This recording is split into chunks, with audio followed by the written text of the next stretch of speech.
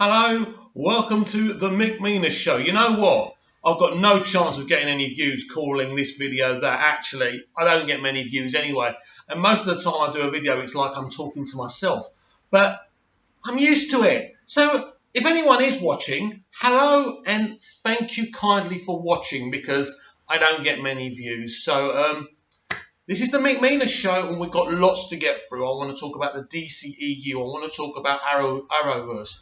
I want to talk about Doctor Who, and I want to talk about weaponising the genders, which is something that's really going on now on social media. And it's really starting to get under my skin.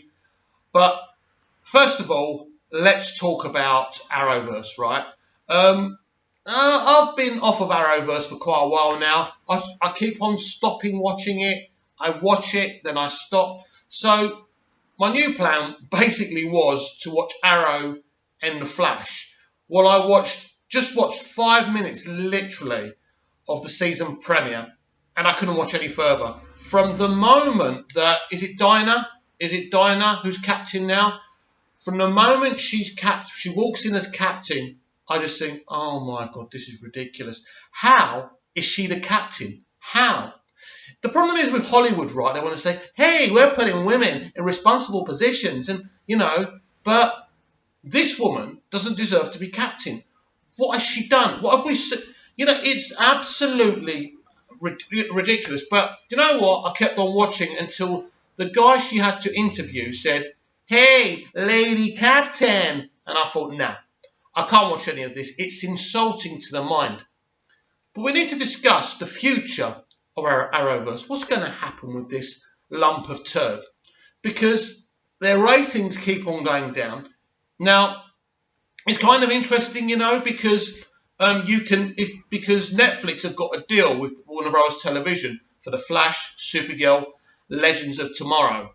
Now, what interests me a lot is Arrow. They didn't do the same deal with Arrow because at first they were only showing Arrow. Now, because I'm not in America and I'm not in the UK, I'm here in Cyprus, in Europe. So we don't get to see Arrow, brand new Arrow, on Netflix anymore. So what that actually means is that the views for Arrow was so shit that Netflix didn't want to pay the money. Now, we know the ratings for Supergirl are bad, Legends of Tomorrow, really bad, The Flash, okay, I suppose. So it's a bit of a mess.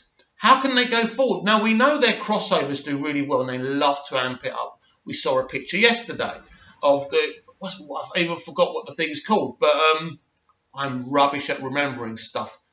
What's it called? Elseworlds. It's Elseworlds, right? So anyway, right, every year these crossovers do quite well, but I find them quite cheap and ordinary. But I think the best thing they can do with the lack of ratings and interest that they've got, and I mean, they're introducing Batwoman as well. I think they should cancel every single show and create a Justice League show which consists of 10 episodes a season with all these characters from Supergirl, Arrow, The Flash, Legends of Tomorrow, maybe even Black Lightning, I don't know. Just put them in this Justice League show, throw everything at it and have maybe 10 to 15 episodes a year. Forget about the other shows because I don't see how they're making the money anymore. They must be spending more than what they're doing. The problem is the CW isn't a great network. It really is aimed at young people and it's got so woke now. It's just ridiculous, So I just wonder how long they can keep on doing this. And there's even rumours that Arrow might end at the end of this season. I don't know. With all the hype for the Arrow season premiere, I thought I was going to watch something amazing. But even when I'm seeing Oliver in prison at the start, I'm not feeling it. It's not hard-hitting. I'm not feeling his struggle. And for me, the past couple of years, Arrow has been kind of okay again after those 2 rubbish seasons. But it's never going to be the show it was in the first 2 years because the mentality's changed. Now they've got Beth Schwartz as the showrunner. Now, Mark Guggenheim, who's always been the big leader here on Arrow, stepped down. So Beth Schwartz is now the sole showrunner. That interests me. That kind of tells me if he's stepping down that maybe they are thinking of cancelling it and maybe he doesn't want his name on a final season. Now, he's been saying the right things on social media, saying, yeah, girl, yeah, we got a woman running, Arrow, blah, blah, blah. But from what I saw in those first 5 minutes, I wasn't interested. I'm not interested. The ratings were absolutely shit. And I think I'm done with Arrowverse. I was kind of interested in The Flash, but you know what? I can't be bothered because they're not very good. And as I say, I was even thinking of not watching each episode and watching the crossover. But when I think about it, it's, they promoted a picture yesterday with Oliver in the Flash costume and Barry in the Arrow costume. And I'm just thinking, you know what? This is just cheap. And literally, it's not going to be the characters that we know that we see in this. They're going to be Elseworld characters, which in a kind of big budget situation would be really good. But listen, this show's just pants, and I honestly can't sit there and watch it any further. So the DCEU, so there's so many people with agendas, isn't there now, against the DCEU. So you've got MCU fans, we know what they're about, but it's these Snyder fans. Now, I keep on saying it, I love MOS, I love BVS, but they won't move on from this Snyder cut. I'd love to see it, but leave it alone. And a couple of days ago, it wasn't announced, but the press are saying, without any confirmation from Warner Brothers, that The Flash will delay its filming till September 2019. And now this is where it gets a bit smoky, because of that, they're assuming that this film won't be released to 2021. I don't believe that. You've got to think about the logistics of this, right? First of all, people who are criticising WB for this delay, Ezra Miller is both in the Fantastic Beasts franchise and the DCEU franchise. Now, as I was having a heated argument with a Snyder fan, what do you want them to do? Clone him. Now, the point this guy was making with his agenda over on Twitter was, yeah, but it's been 4 years since they announced it. Yes, but there was different people running it during that time. Walter Hamada's coming. You can't blame Walter Hamada for this or the people running it now. Warner Brothers have decided that Fantastic Beasts 3 is obviously, at this moment in time, a more of a priority to shoot first. And you can understand that. I don't know if they want the next one out by December 2019. I would assume that's what's going on here, and that's why the September delay. But I don't think this is a big deal. I don't think this is a problem. I'd rather them take their time and create a great movie. Now, these people who are complaining about the delay will be the first. If Flash is a load of crap, right, they'll be going, yeah, WB should have taken their time. Like we all said with Justice League. I bet you any money if Joss Whedon was able to make his own JL movie, it would have been epic and it would have been awesome. But he was working from somebody else's hymn sheet. How can you make a successful situation with that? So that's why it was a bit of a mess. Still like the film, by the way, but it was a mess. We know that. With the CGI on Henry Cavill, absolute mess. But it is really frustrating that this hate, this fictional hate, and for the DCEU, and these agendas are so difficult for me to swallow. Right, Doctor Who. Well, Doctor Who is back, 2 episodes in. The highest rated season premiere for New Who, basically, or for Doctor Who ever, obviously, because the classics didn't get high ratings, did they? So about just under 11 million when everything was counted in with On Demand and iPlayer and whatever else they count these days. So a fantastic premiere ratings. And good news, the second episode, The Ghost Monument, actually only dropped to 7 million. That's fantastic. And if it can stick around there for the rest of the season, that's awesome. My fear is because I think part of the reason it didn't fall too deeply is because there was a cliffhanger at the end and people were intrigued to see the TARDIS as well. So we'll see if I'm right or not.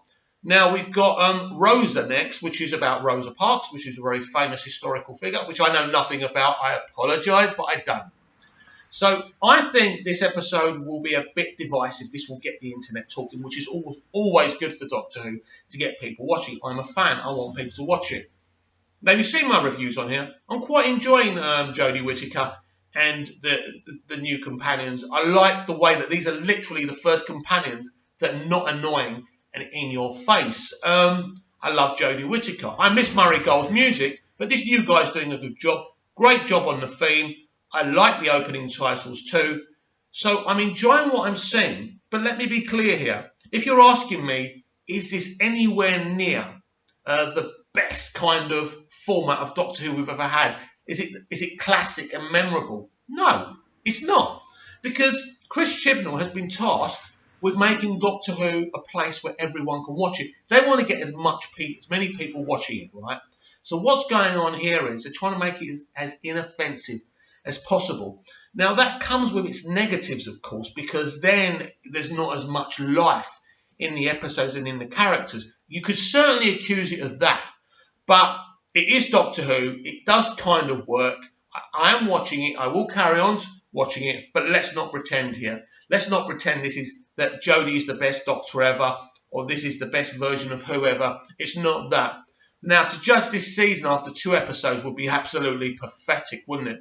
But so far, I think it's good, it's solid, anything else. Now, whether they raise the game or not, let's say mid-season, where they could give us a twist or anything, let's see. Or if we're just going to keep on hopping from one standalone to the other. Now, we know they kind of threw a couple of things in there which we're assuming are arcs for the season. The remark that the sheep creature said about the timeless child, which really got my attention and actually was probably one of my favourite things I saw so far. And then obviously we've got, is it the Stenson or whatever they're called anyway? The Stenson, I don't know. I can't remember. I'm crap at remembering things, as we've already found out at the beginning of the video. So they got this. They're saying that these Stenson are doing things and they were doing these things on this planet. So that's really interesting. So I like it. I think I'd give the season altogether with both episodes, what should we say, 7.5, 8 out of 10. It's okay. But to me, so far, it's not classic. But what's worked, you do see Jodie as the Doctor instantly. And the way she's performing it, she's bringing loads of other Doctors' kind of performances into her own performance. That's obvious. Even within the writing, you can tell that. So I think it's brilliant. I'm enjoying it. But what I would say is I wouldn't call it classic or memorable or the best ever or anything like that. But it is good. So we are now looking at situations now in social media where we've got a selection of women trying to weaponize the genders. Now, what do I mean by this?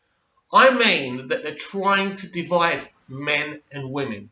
They want us to hate each other, so you get these prominent women, very famous, talking about... Let me give you an example. Keira Knightley, I saw this thing on Twitter. Keira Knightley does not allow her child to watch Cinderella because she doesn't want her to wait for a man to rescue her. How pathetic can you get? I used to watch the Incredible Hulk TV show as a kid. I don't turn green and I don't smash things up. Hey? Or maybe I'll turn green now. So, but these are the kind of things that you're seeing. And they're trying to encourage other females to divide themselves away from men. They want to cause hate between the genders. And I've said this before. I'm not sure if I've done it on a video here. They're trying to create like a apocalyptic femme world or something. It's insane. So what's going on now? There's a lot of complaints, isn't there, about how women are treated. And now what you'll find is by all these females who say this kind of stuff on social media is you'll never see them in the third world trying to help and protect women who are really suffering, you know, by the hands of some horrible people. They don't care about those women, but they, you know, you're talking about Hollywood actresses being paid millions and complaining that they're not getting paid. And like they'll complain that they're not getting paid as much as Tom Cruise. But that's the reality here. And this is the argument they won't accept. Why should you, just because you're a female, get as much as Tom Cruise? There's loads of guy actors out there who don't get paid as much as Tom Cruise. But this is the problem now. You get this all the time. It's so negative and it's dark. I think it's dark and I think it's done for a specific reason. We're seeing so many things. I mean, it's becoming ugly to become a man. Men are becoming public enemy, number one. And it's this whole thing that I hate as well, which is we judge people. We judge people by the boxes they tick rather than individually. I like to judge people individually, not as men, not as women, not as Asians, not as black, you know, not as any. Just we're talking. I'm talking to you as an individual. I don't put you in the same box as other people.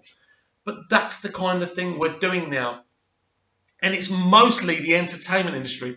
Well, what's going on within the entertainment industry now is ridiculous. And it's becoming a place, really, where a lot of us can't watch anything anymore.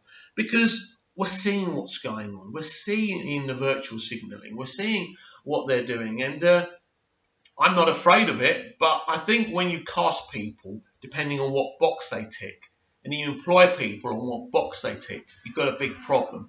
So that's basically what I have to say today. I hope you enjoyed the Mick show. I'm sure there'll be more, and I'm sure there'll be a lot more to talk about. Thank you.